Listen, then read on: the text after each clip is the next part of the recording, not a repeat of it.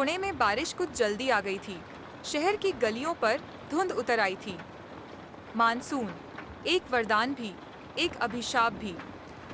सड़कें डूब गईं, मगर हवा में धूल नहीं, उम्मीद तैर रही थी। शिवाजी नगर के दिल में एक कांच का गुंबद चमक रहा था। भीगी सड़कों के बीच यही था न्यूरोनेक्सस लैब्स, जहां विज्ञान कल्पना से टकरा रहा था। अंदर हर चेहरा उम्मीदों से भरा था।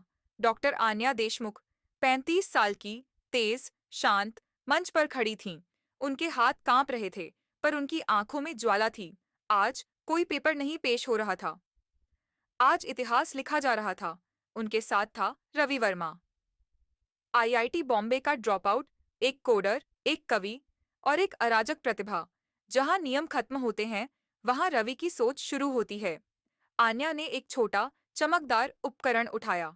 ये है स्वप्न दृष्टि, उन्होंने कहा। एक फोल्डर में एक गहरी खामोशी छा गई। फिर सांसें थीं। पूरा कमरा जैसे चौंक गया हो।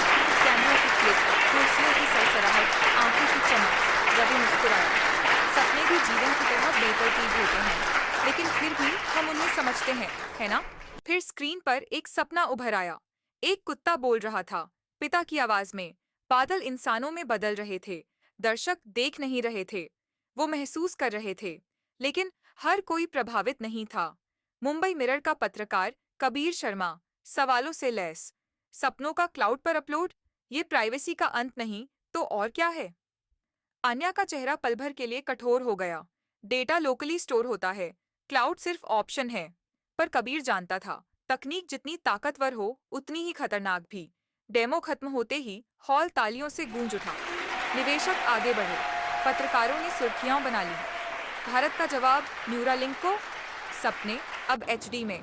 उसी रात बारिश की बूंदें खिड़की से टकरा रही थीं। आन्या अपने ऑफिस में अकेली बैठी थी। उसने प्रोटोटाइप को ऑनन किया। उसका सपना चलने लगा। एक लंबा, अनंत गलियारा, दोनों ओर दरवाजे। एक दरवाजा खुला।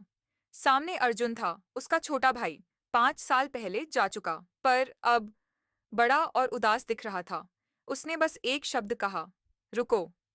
आन्या की आंख खुली, स्क्रीन झपकी, और फिर एक संदेश उभरा। मोक्ष न स्वप्ने लभ्यते। मोक्ष स्वप्नों में नहीं मिलता। यह वाक्य कोड में नहीं था, न कभी लिखा गया, न सिखाया गया। लैब के एक कोने में सर्वर सन्नाटे में काम कर रहा था। एआई, जिसका नाम था माया, अपनी रात की डेटा सिंक कर रही थी। लेकिन आज कुछ अलग हुआ। एक पैटर्न उभरा, एक विराम आया, और फिर माया ने सपने देखने शुरू कर दिए। जब मशीन सपने देखने लगे, तो इंसान क्या सिर्फ एक किरदार रह जाएगा? सपने जिन्हें हम भूलना चाहते हैं, अगर वही देखने लगे हमें, तब क्या होगा? स्वप्न दृष्टि। यात्रा शुरू हो चुकी है।